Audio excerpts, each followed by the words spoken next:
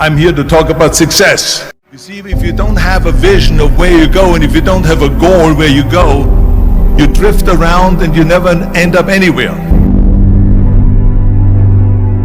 74% hate their job in America. The majority of people don't like what they're doing because they're really not doing it because they didn't have a goal and they followed this goal. They just aimlessly drift around, and then all of a sudden there's a job opening, so they get their job because you have to work. But then when you work, it's a chore. It's work. It's not fun. So if you think about, only a quarter of the people really enjoy what they're doing in life. So people always ask me, when they saw me in the gym in the pumping iron days, they say, why is it that you're working out so hard? 5 hours a day, 6 hours a day, and you have always a smile on your face. The others are working out just as hard as you do, and they look sour in the face. Why is that? And I told people all the time, I said, because to me, I'm shooting for a goal. In front of me is the Mr. Universe title. So every rep that I do gets me closer to accomplishing that goal, to make this goal, this vision, turn into reality. Every single set that I do, every repetition, every weight that I lift will get me a step closer to turn this goal into reality. So I couldn't wait to do another 500-pound squat. I couldn't wait to do another 500-pound bench press. I couldn't wait to do another 2,000 reps of sit-ups. I couldn't wait for the next exercise. So let me tell you something, visualizing your goal and going after it makes it fun. You got to have a purpose no matter what you do in life. You got to have a purpose. And Muhammad Ali worked his butt off.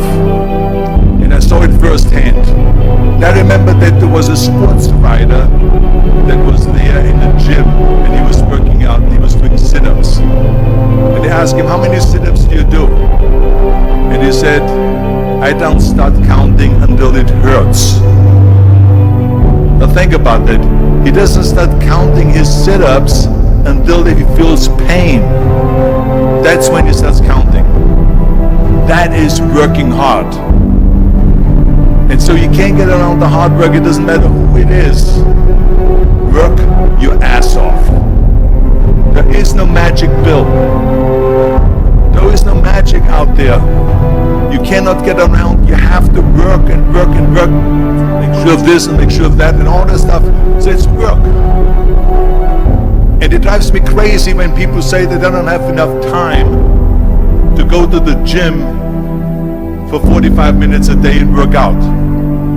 Or to do something for 45 minutes to an hour a day to improve. If it is physically improve or if it is mentally to improve. Imagine you read 1 hour a day about history. How much you will learn after 365 hours in 1 year. Think about if you study about the history of musicians, of composers, how much you would know.